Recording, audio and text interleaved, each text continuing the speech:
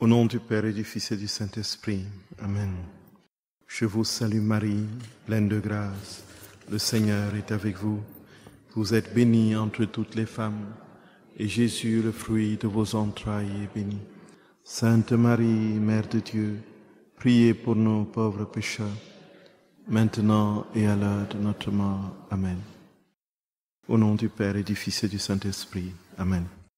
Frères et sœurs bien-aimés, dont nous commençons la série des questions-réponses d'aujourd'hui. Et oui, merci vraiment pour votre discipline. Voilà. Donc c'est vraiment très reposant et surtout très, fluide quand les questions sont écrites et que l'on répond après, plutôt que les interruptions dans les causeries. Vous avez dit que les actes réalisés dans la divine volonté produisaient des vies divines. Pouvez-vous expliciter ce que sont les vies divines? Comment comprendre ces termes de vie divine? Disons, le Seigneur parle des vies divines, frères et sœurs, dans le livre du ciel, de manière constante et abondante. Alors, qu'est-ce qu'il dit, en fait? Il dit que quand nous sommes dans la divine volonté, nous produisons non pas des œuvres, mais nous produisons des vies. Les actes que nous posons, de ces actes sortent non pas des œuvres, mais des vies. Et ce sont des vies divines. Alors, comment comprendre cela? Tout simplement parce que c'est Jésus qui pose ces actes en nous. Si c'est lui qui pose ces actes en nous, nous comprenons bien que les actes que nous posons sont des actes divins. Vous êtes d'accord, frères et sœurs d'amour? Ce sont des actes divins. Et puisque ce sont des actes divins, ce sont des actes éternels. C'est-à-dire qu'ils ne meurent jamais. Pourquoi? Parce que Dieu ne peut pas mourir. Parce que Dieu ne peut pas s'arrêter. Parce que Dieu ne peut pas, disparaître. Donc ces actes sont éternels. Ça, c'est une chose. Deuxième vérité pour mieux comprendre, c'est que quand Dieu agit, ce qu'il fait, ce n'est pas quelque chose qui est extérieur et différent de lui. Ce que Dieu fait, il est dans ce qu'il fait. Il est dans son acte. Donc quand il parle, il est dans sa parole. Au commencement était le Verbe, était la parole était avec Dieu, la parole était Dieu. Quand il pose un acte, c'est lui-même qui se transmet dans cet acte. Cet acte donne à contempler ce qu'il est. Donc c'est lui-même dans l'acte. Donc il n'y a pas de différence entre l'acte que Dieu pose et ce qu'il est. Donc il n'y a pas de différence entre la substance et l'œuvre de Dieu. La substance est inséminée dans l'œuvre. Et cette œuvre, c'est l'acte divin qui est lui-même. Donc de sorte que quand nous posons un acte, quand nous mangeons, je pense toujours au manger moi, parce que mon ventre. Quand nous marchons, quand nous parlons, si c'est lui qui parle en nous, c'est lui qui sort de nous. Et donc, ce qui sort de nous, ce n'est plus simplement une vaine parole, c'est la vie de Dieu. C'est lui-même qui sort de son propre acte. C'est pourquoi on parle de vie divine. Jésus parle de vie divine. Donc, quand nous marchons, nous posons un pas devant l'autre, dans la divine volonté, Dieu sort de chacun de nos pas, parce que ce sont ses pas à lui. Et comme ce sont ses pas à lui et qu'il est dans ces pas-là, il remplit, et comme il est éternel, il remplit l'espace et le temps, il remplit les univers, il remplit les âges, il remplit les cœurs, ainsi de suite. C'est pourquoi Jésus dit qu'un seul acte dans la divine volonté peut transfigurer et sauver l'humanité. Mais comme il ne veut pas faire des choses de manière parcellaire, morcelée et circonstanciée, et comme il veut associer toutes les créatures à son œuvre, il veut que nous posions autant d'actes dans la divine volonté qu'il faut pour que le règne advienne. Donc ce sont des vies divines. Donc quand je parle dans la divine volonté, c'est Dieu qui sort de ma parole. Quand je marche, c'est Dieu qui sort de mes pas. Quand je travaille, c'est Dieu qui sort de mes mains. Ainsi de suite. Et alors, frères et sœurs bien-aimés, ce sont des vies qui sortent et non plus simplement des œuvres. Si je fais un gribouillis de dessin, dans la divine volonté, c'est Dieu qui sort de ce gribouillis de dessin. Cela ne veut pas dire que, parce que c'est lui qui agit en moi, je vais subitement avoir un don exceptionnel pour des dessins faramineux et architectes. Vous voyez, et mon QI va se passer de 100 à 150, vous voyez. Mon quotient intellectuel va du coup subitement, parce que c'est lui qui fait. Ce seront toujours des simples actes de mon quotidien qui n'ont aucune apparence d'éclat, mais qui regorge la vie de Dieu, et Dieu sort de cet acte et se répand dans les univers. Ça, ce sont des vies divines. C'est inouï. C'est inouï. Vous mesurez, nous mesurons, frères et sœurs d'amour, ce que nous faisons dans la divine volonté. C'est inouï. C'est inouï. Ça n'a pas de nom. Ça n'a pas de nom. Peut-on aller à la messe régulièrement et fréquenter les soirées évangélistes avec les protestants? Que nous dit Jésus? Disons que, a dit que les protestants et les évangéliques, ils ont gardé la parole. Voyez, on ne va pas entrer dans les détails. Ils ont gardé la parole, ils ont une connaissance de la parole qu'ils méditent et puis qu'ils prêchent avec parfois beaucoup plus de brio et d'éclat que les prêtres catholiques. Voyez bien comment nous prêchons. Là, c'est une vérité. Mais, frères et sœurs d'amour, à part ça, vous entrez dans ces milieux, vous vous rendez compte qu'ils ont laissé les 90% de l'essentiel à côté. Vous sentez un vide. Où est l'Eucharistie? Où est la Vierge? Où sont les sacrements de réconciliation? Tous les trésors ont été concentrés dans notre Église, frères et sœurs d'amour, l'Église catholique. Et c'est pourquoi nous serons encore plus... Le Seigneur nous demandera plus de comptes. Voyez. Donc, sans les considérer comme étant des ennemis ou encore des adversaires, ce sont des frères chrétiens. Quand l'heure de la divine volonté adviendra, nous serons tous réconciliés dans la plénitude de cette vérité que nous développons. Ils comprendront ce que c'est, qui est la Vierge Marie. Ils comprendront le rôle de cette mère dans l'œuvre du salut. Ils comprendront sa maternité universelle. Ils comprendront l'importance de l'Eucharistie et de tout le ciel qui se déploie dans ce morceau de pain. Ils comprendront, frères et sœurs, une quantité de choses qu'ils ne comprennent pas aujourd'hui. Voyez. Donc, si vous allez là pour écouter la parole de Dieu, bon, c'est vrai que il n'y a pas de péché comme tel, mais ce qui s'est su, c'est que vous allez progressivement, vaudrait mieux éventuellement compenser le manque de parole que vous pouvez avoir dans l'Église avec ce que vous pouvez avoir à disposition comme écrit, comme lecture spirituelle et comme justement plutôt que de... Mais dans les rassemblements œcuméniques, quand on prie pour l'unité de l'Église, on présentez-vous, allez-y, priez pour que le Seigneur unisse. Vous voyez, c'est ce que nous faisons en paroisse, les semaines œcuméniques. Mais je sais bien que l'œcuménisme dans sa forme actuelle, avec les particularités ecclésiales et ces principes pratiquement d'intangibilité de certains dogmes qui ne peuvent pas passer, il n'y a pas de passerelle. Je sais que ce n'est pas le lieu où Dieu va vraiment agir. Dieu agira dans la plénitude de sa vérité. La plénitude de la vérité, frères et sœurs bien-aimés, c'est dans ce que nous apprenons de tout ce que Jésus nous dit. Remarquons bien que c'est toujours les âmes pour ces grands moments de l'histoire de la chrétienté, c'est toujours les âmes dans son Église que Jésus choisit. Donc Dieu a parlé avant la naissance de Marie au patriarche Abraham, Jacob, des prophètes Élie, Ézéchiel, Isaïe, etc. à Israël. Oui, nous ne disons pas, effectivement, Marie a été conçue, comme dit notre Seigneur. Oui, Dieu a parlé à ces personnes, mais ils étaient dans l'état de déchéance, voyez. Dieu a voulu se forger une créature qui soit capable de recevoir la plénitude de ses biens. Et cette créature a été soumise à l'épreuve, encore une fois. On ne refuse pas que Dieu a parlé aux prophètes, aux patriarches. Mais ce que les prophètes et les patriarches ont eu comme mission n'était pas celle de la Vierge, celle de concevoir le Sauveur. Et ce que Dieu leur a donné comme parole, c'était pour une mission ponctuelle, historique, dans le peuple de Dieu. Mais ce que Dieu a fait avec notre très sainte mère, il l'a fait avec aucune autre créature, dans cette conception immaculée, tout simplement en vue de l'incarnation. Parce qu'il fallait une créature, mais cette créature n'a pas été, n'est-ce pas, plongée dans la gloire comme ça, sans le test que nous avons décrit. Une autre question. Peut-on vraiment dire que Marie est la médiatrice de toutes les grâces? Je m'interroge, car l'Esprit Saint souffle où il veut et comme il veut. Des protestants bénéficient des miracles, notamment les pentecôtistes. De nombreux mystiques font des expériences spirituelles avec Jésus. Tout à fait. Nous sommes d'accord que les grâces qui sont vues un peu partout, cela ne veut pas dire que, frères et sœurs bien-aimés, nous allons écouter des choses étonnantes pendant cette retraite de ce que Jésus dit de sa mère. Jésus dit que tout passe par Marie. Qu'on le sache ou non, qu'on en soit conscient ou non.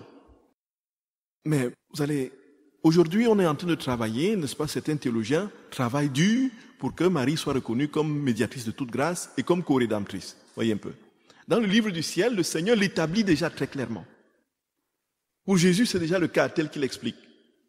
Et Jésus dit, du fait de ce que nous avons compris et ce que nous comprendrons, que tous les actes des créatures, les bons, les meilleurs, ont pour courroie de transmission les actes de Marie.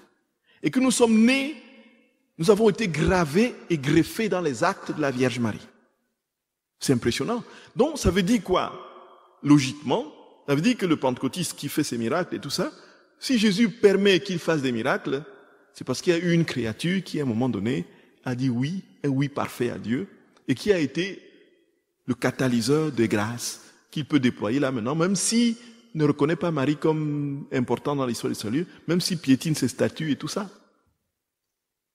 C'est comme on dit pour Jésus, quand Jésus dit « Je suis le chemin, la vérité et la vie, nul ne va au Père sans passer par moi. » Et puis, si on comprend, au premier degré, on dira « Mais en fait, il y a les protestants qui seront au ciel, il y a les musulmans, qui seront au ciel, et il y a les bouddhistes, certains bouddhistes que l'on retrouvera au ciel, il y a des gens qui n'ont jamais entendu parler de Jésus que l'on retrouvera au ciel. Mais comment est-ce qu'ils sont au ciel alors qu'ils n'ont pas connu Jésus, n'ont pas professé le nom de Jésus? Mais ça, c'est la compréhension qu'on a. Au premier degré, on peut se poser la question comme ça. Mais toujours est-il que Jésus dit à Luisa Picaretta, très clairement, qu'il y a entre deux, il n'y a personne, dans l'entre-deux, entre la vie et la mort, il n'y a personne qui échappe à la présence de Jésus. Jésus le dit au tome 34 à Luisa Picaretta, voyez un peu, dans un passage, vous voulez. Il dit qu'il se présente à toute créature.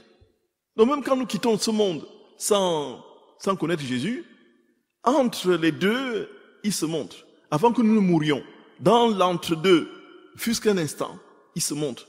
Et il met en nous la conscience de ce qu'il est, la vérité pleine de ce qu'il est. Et une certaine hypothèse de l'avertissement voudra que toutes les consciences reconnaissent pleinement ce qu'elles sont, à l'état où ils sont, et admettent le Sauveur, accueillent le Sauveur. En fait, qu'est-ce que je peux dire, sinon ce que Jésus dit lui-même à Luisa Picaretta, frères et sœurs d'amour, qu'effectivement, toutes les grâces passent par Marie. Et nous allons lire ce texte-là prochainement, dans les jours prochains. Vous voyez. Dans le catéchisme de l'Église catholique, on lit au chapitre 67. Au fil des siècles, il y a eu des révélations dites privées. Et tout à fait, c'est un texte bien connu, dont certaines ont été reconnues par l'autorité de l'Église. Elles n'appartiennent cependant pas au dépôt de la foi. Leur rôle n'est pas d'améliorer ou de compléter la révélation définitive du Christ, mais d'aider à en vivre plus pleinement à une certaine époque de l'histoire. Comment situez-vous les écrits de Luisa? Tout à fait, tout à fait. Les écrits de Luisa, c'est des révélations privées. Encore une fois, même si c'est une révélation significative dans l'histoire du salut et dans l'accomplissement du dessein de Dieu, ça reste une révélation privée. Mais cette révélation privée, effectivement, n'apporte rien de nouveau. Tout ce que Jésus explique à Luisa Picaretta, c'est dans l'Écriture, c'est dans la Bible. Oui, frères et sœurs bien-aimés. Et si ce n'était pas le cas, le magistère de l'Église catholique n'aurait pas autorisé que ces écrits soient publiés. La divine volonté est dans l'Écriture. On a d'ailleurs, j'avais fait une retraite au mois de février dernier à Saint-Joseph d'Alex, près de Valence, là, sur la divine volonté dans les Saintes Écritures. Tout est dans les Écritures, frères et sœurs d'amour. Quand nous entendons Jésus dire, si quelqu'un m'aime, mon Père l'aimera, nous viendrons chez lui, nous ferons de lui notre demeure. Et si, quand il dit afin que tout soit un comme toi, Père, et moi nous sommes un, de quoi il parle là? Que tout soit un comme toi et moi nous sommes un. Il parle de quoi? Comment nous pouvons être un? N'est-ce pas? Comme le Père et lui, ils sont un. Ce qui dit qu'ils partagent la même volonté. Quand nous prions de notre Père, que ton règne vienne, que ta volonté soit faite sur la terre comme au ciel. Nous parlons de quoi? Nous parlons de la divine volonté. Ainsi de suite. On peut multiplier les passages à l'infini. Et même dans l'Ancien Testament, avec les prophéties d'Isaïe au chapitre 11. Qu'est-ce que nous voyons, frères et sœurs? Non, tout est clair. Effectivement, nous sommes dans ce sillage. Moi, pour entrer et comprendre et surtout commencer à enseigner la divine volonté, je me suis assuré que tous ces éléments étaient cadrés, qu'il y avait bien le cadre, que l'Église était pour, l'Église avait reconnu les écrits, que la cause de l'USA était en marche et que nous n'étions pas en dehors. Et qui d'ailleurs a promulgué les écrits en 94? C'est pas n'importe qui. Le cardinal Roger-Joseph Ratzinger, devenu Benoît XVI en 2005, qui est l'un des plus grands théologiens du XXe siècle et qui a lu tous les tomes, tous les 36 tomes. Mais alors, non, ça c'est clair, c'est clair. C'est une autre question. Dans le divine volonté, on peut facilement tomber dans le péché d'orgueil. Quels sont les pièges possibles et comment les éviter? Tout à fait, mes très chers, tout à fait. L'orgueil spirituel, le plus grand orgueil qui soit, frères et sœurs d'amour, c'est quand on se sert de Dieu pour asseoir son ego. Et c'est là alors que le toto, l'ennemi du dessous, va alors créer toutes les formes de ravage déjà pour notre âme et puis ruiner l'œuvre de Dieu. Et la divine volonté, il y en a au début, aux États-Unis, ça c'était au début terrible. Hein. Maintenant, nous sommes dans la divine volonté, nous connaissons Dieu vit en nous, nous l'invitons dans tout ce que nous faisons. Qu'est-ce que nous avons encore besoin de nous confesser puisque Dieu vit en nous? Qu'est-ce que nous avons encore besoin d'avoir un Père spirituel puisque c'est Jésus, Dieu maintenant qui me conduit, j'en ai plus besoin. Qu'est-ce que j'ai encore besoin d'aller me confesser? Bien sûr d'aller à la messe parce que je suis une hostie vivante. Qu'est-ce que j'ai encore besoin? Voyez, une compréhension, frères et sœurs, dangereuse et combien absolument destructrice et qui génère des ruines qui laissent la ténèbre à son passage. Plus on est dans la divine volonté, plus on réalise son néant. Plus on se reconnaît rien. Parce que c'est Dieu désormais qui, œuvrant en nous devant notre incapacité chronique, nous fait voir combien il est tout et combien nous sommes rien. C'est pourquoi nous prenons cette prière de l'infusion. Dieu est tout, je ne suis rien. Et au fur et à mesure de la présence de Dieu en nous, il dit, nous épousons les sentiments de Dieu. Et quels sont les sentiments de Dieu? Nous entrons dans son humanité et nous partageons sa divinité en même temps. Qu'est-ce que nous vivons? Nous vivons les sentiments qui étaient ceux de Dieu, comme dit saint Paul. Il a dit, apprenez de moi que je suis doux et humble de cœur. Et comment il a réalisé la plénitude du don de lui-même? Frères et sœurs d'amour, Philippiens au chapitre 2, le rang qu'il égalait à Dieu, il n'a pas considéré comme une proie. Il est descendu dans la condition humaine.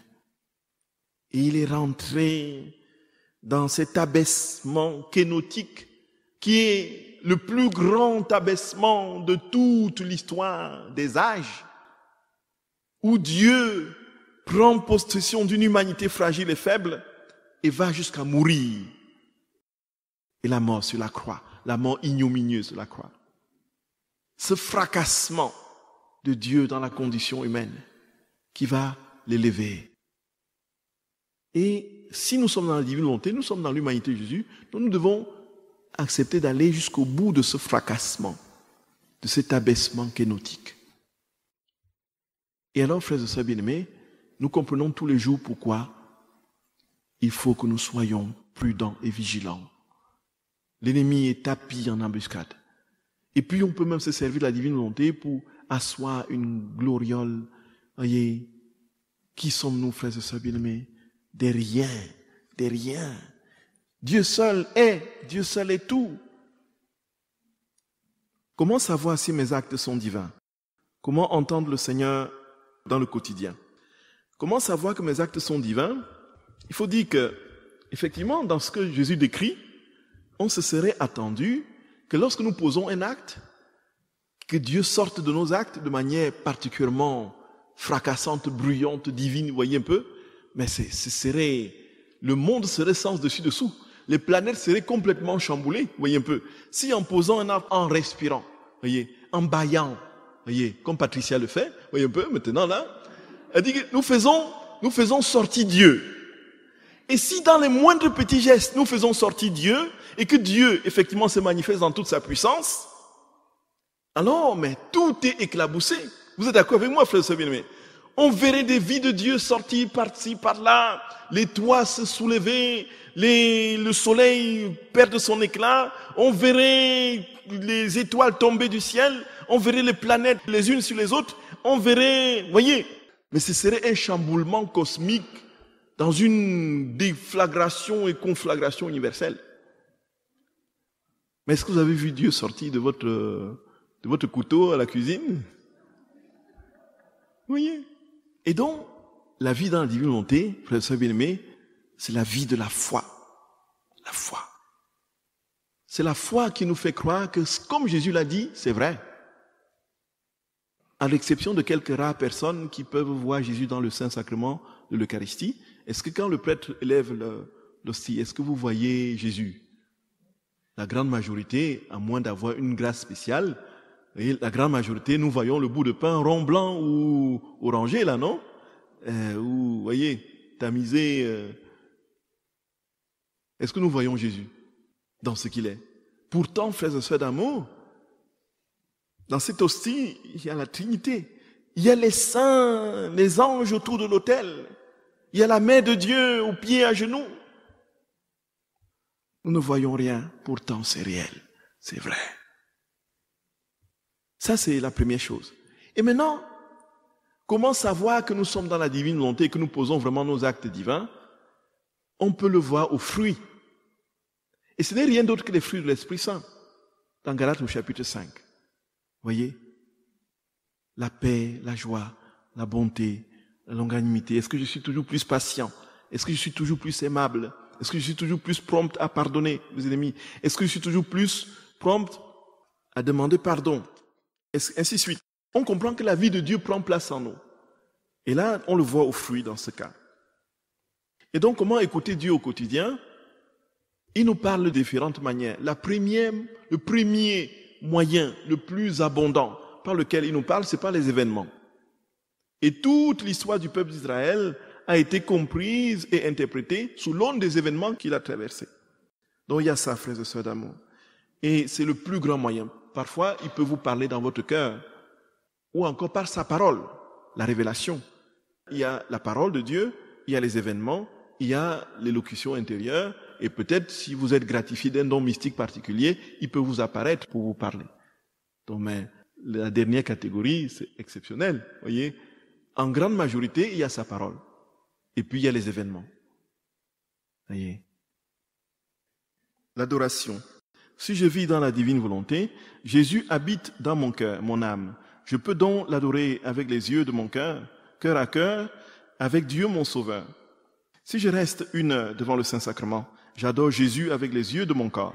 Quelle différence? Y a-t-il une démarche meilleure que l'autre? Ah là là, ah oui, en effet. Wow, c'est une question extra pertinente, extrêmement pointue. Alors, disons que on parle des missionnaires qui sont arrivés au Japon, je sais pas, c'était au Japon, oui, tout à fait, et c'était au XVIIe siècle.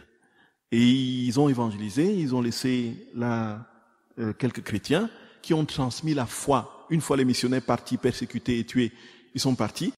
Ils ont transmis la foi, justement, de génération en génération. Donc il y avait un groupe de gens comme ça.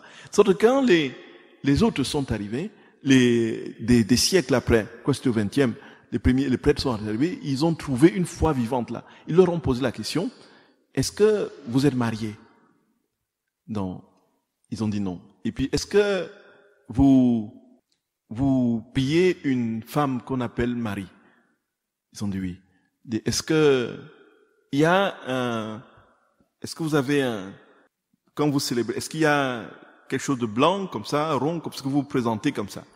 Ils dit oui, voilà. Ils ont su que c'était des catholiques. Ils ont dit oui, ouais, justement. Voyez.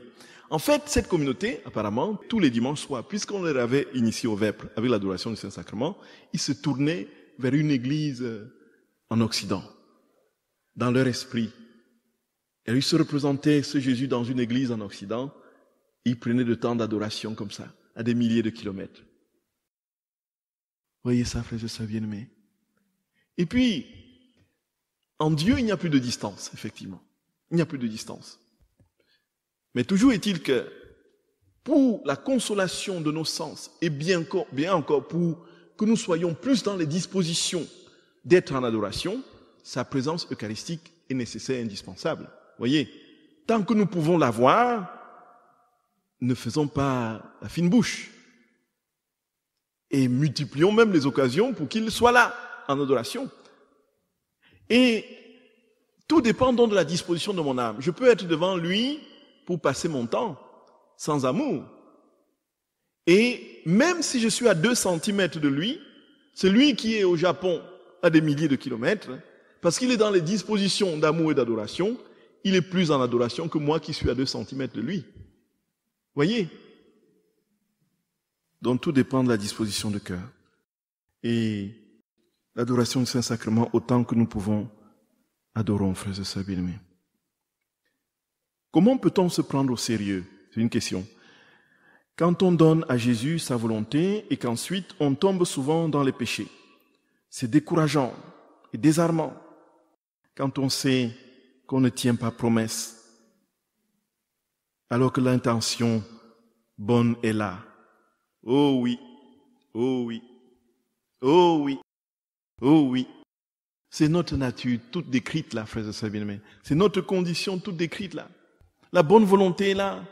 On fait des promesses. Alors, à la fin d'une retraite, à partir de maintenant, je vais méditer les heures de la passion. Je vais lire ceci tous les jours.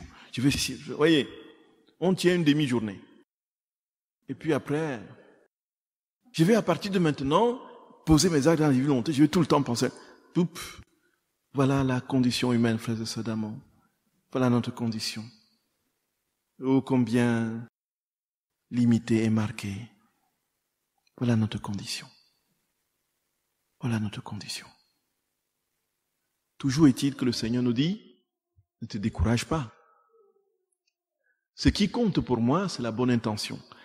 Si tu gardes la bonne disposition de l'âme et du cœur, si tu as la droiture d'intention, je t'amènerai le plus loin possible, même si tu es inconstant. Et Jésus dit d'ailleurs à Luisa Picaretta qu'on ne sort pas de sa divine volonté du fait de ses inconstances. Parce que ce qui nous fait sortir de sa divine volonté, c'est le libre choix de lui enlever notre volonté.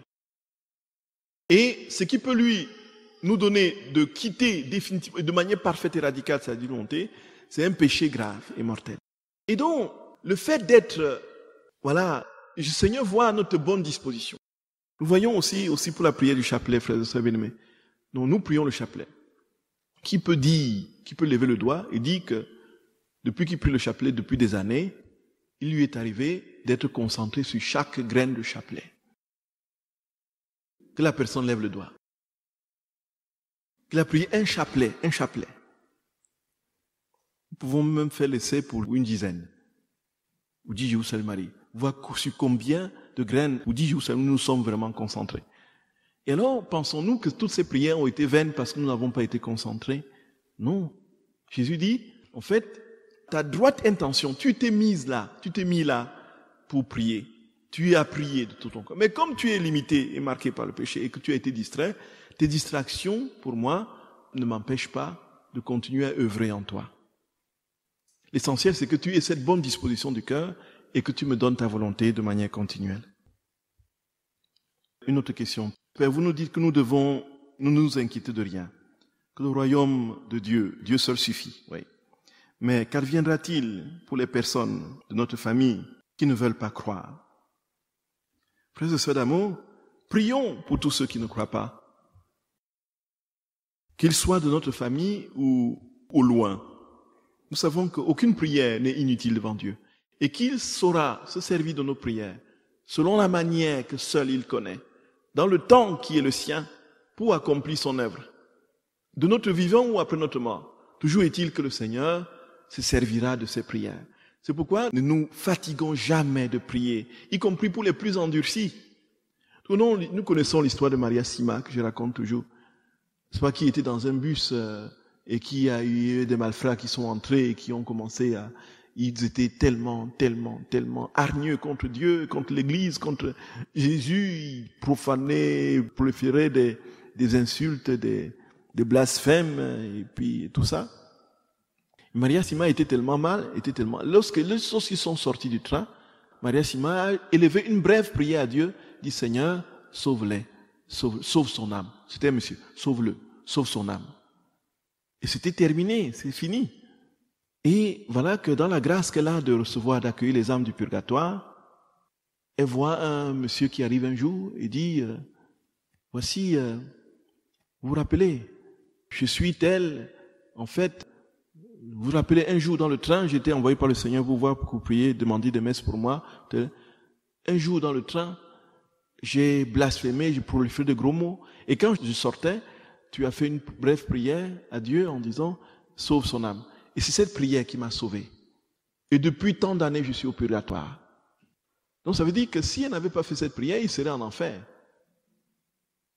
Vous voyez, frères et sœurs d'amour, ne nous décourageons pas, ne désespérons pas pour nos proches, pour des personnes qui ne croient pas. Continuons à prier. Prions.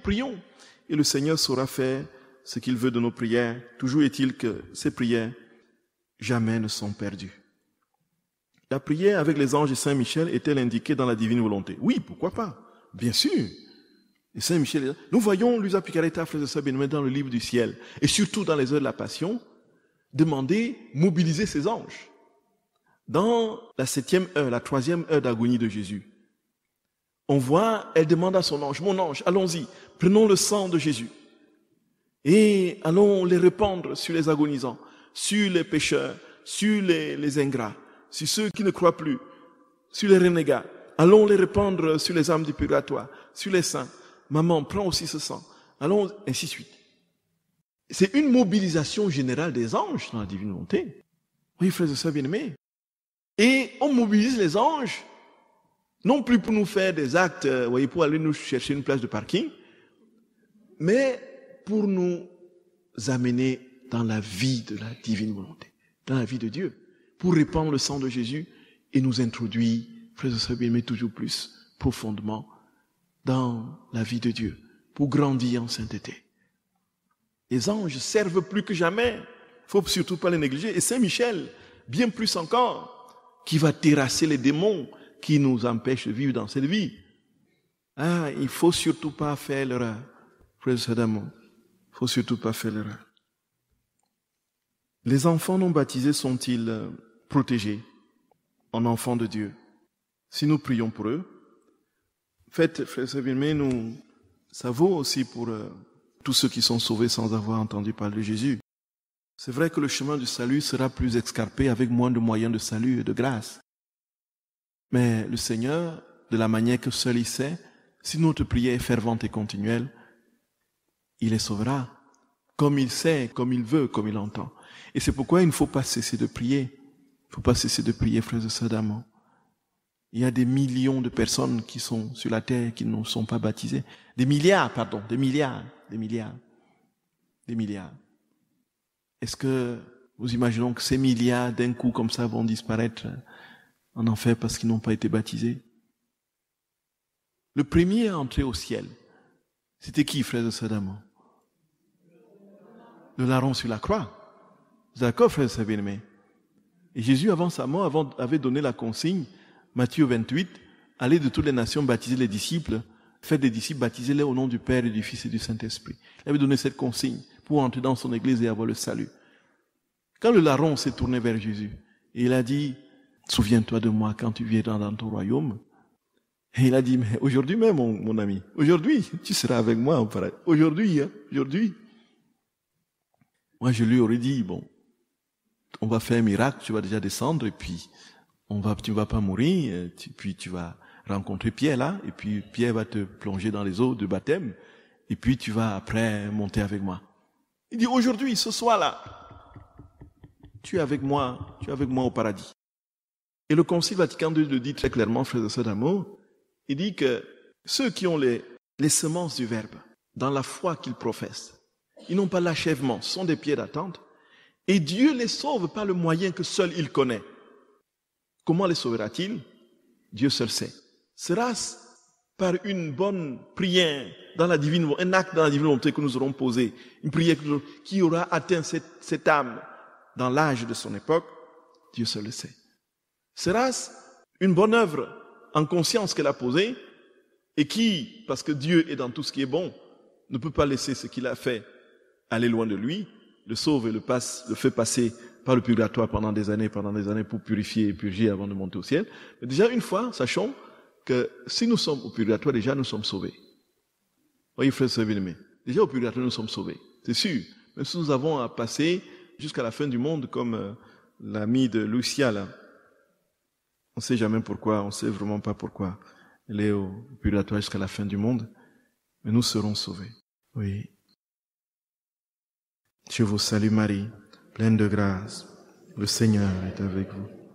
Vous êtes bénie entre toutes les femmes. Et Jésus, le fruit de vos entrailles.